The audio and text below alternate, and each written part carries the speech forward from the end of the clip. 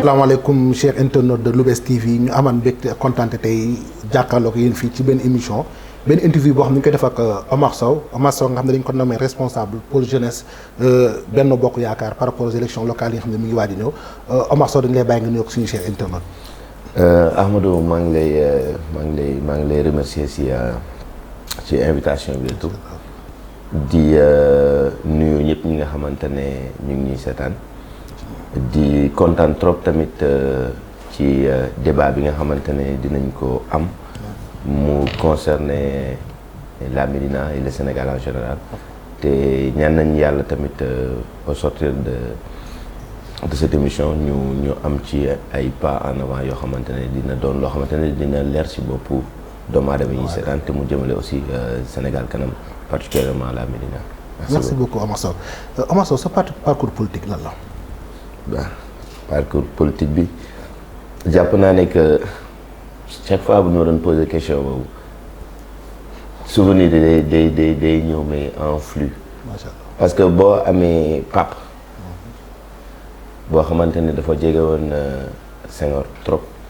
maanaam nekkoon garde du corps am. ok sauvé Senghor aussi en 67 si attentat bi doon am grande mosquée. ah bon. donc da ngay laal trop politique parce que non seulement formation parachutiste la amoon mais ci liggéeyam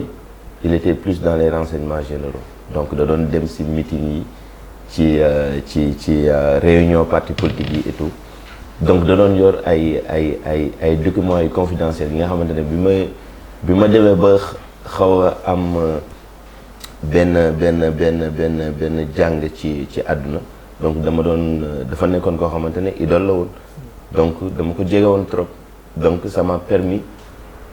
histoire bi muy am avec le président Senghor ak documents confidentiels yooyu yi échange yi ñu doon am ça m'a poussé à ce que ma ni la chose politique foofu la germer en fait. ok parce que bu dul woon loolu amaana peut-être que dinaa choisir beneen parcours mais foofu la jógee réellement ça vient de mon père. Ironie du sort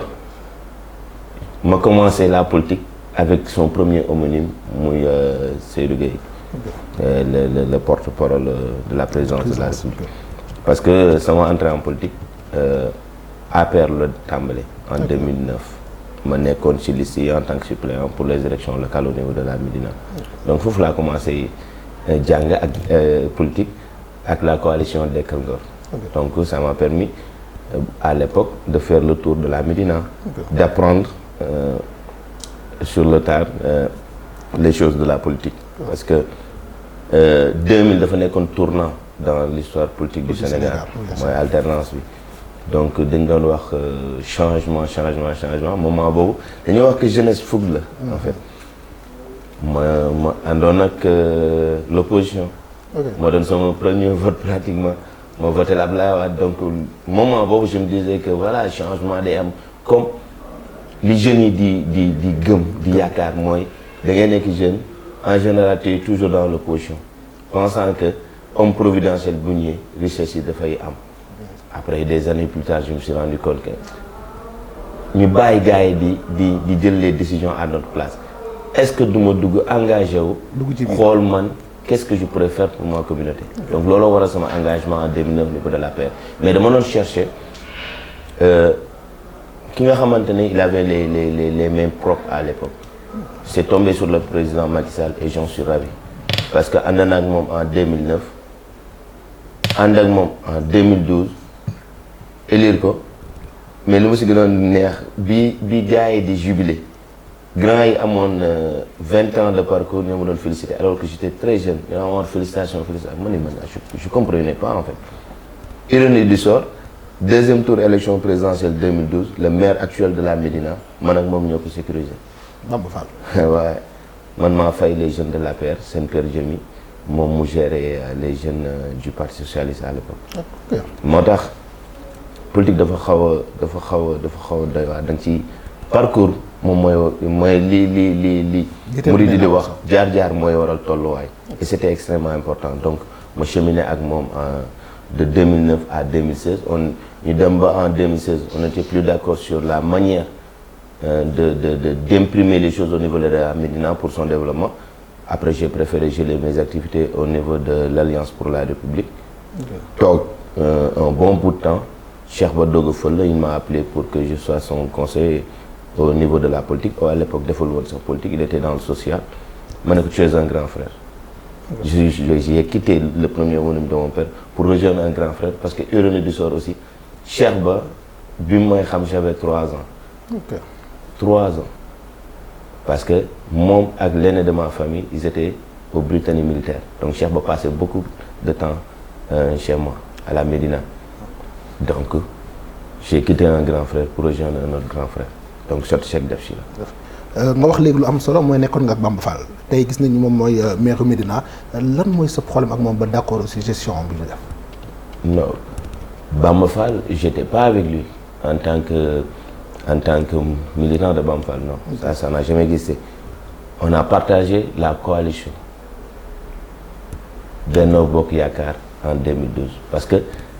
tey si Bamba Fall décrit le président Macky Sall mais Bamba Fall dafa fàtte ne qu'il avait soutenu le président Macky Sall en 2012 que ñoom dañu demoon avec leur coalition Benno ak Tanor ils ont perdu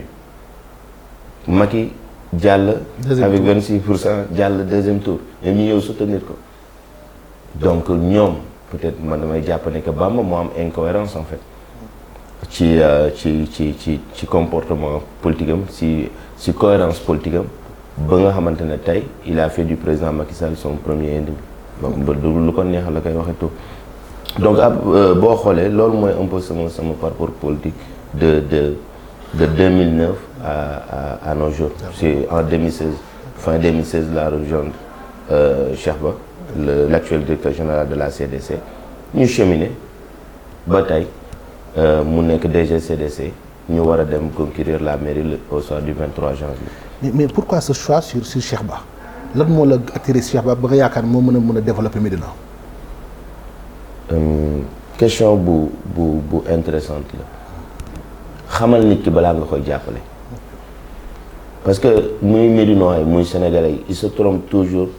sur une chose mooy que dañuy ànd ak nit defe ne que ni dañuy xaar ci moom xaalis walla xaar ci moom que ni changement yi war a am yëpp même dañuy jël ni sax déifier ko mooy jox ko des prérogatives walla pouvoir boo xamante ne ça vient que de Dieu. booy ànd ak nit da ngay am ci moom yéene Cheikh Ba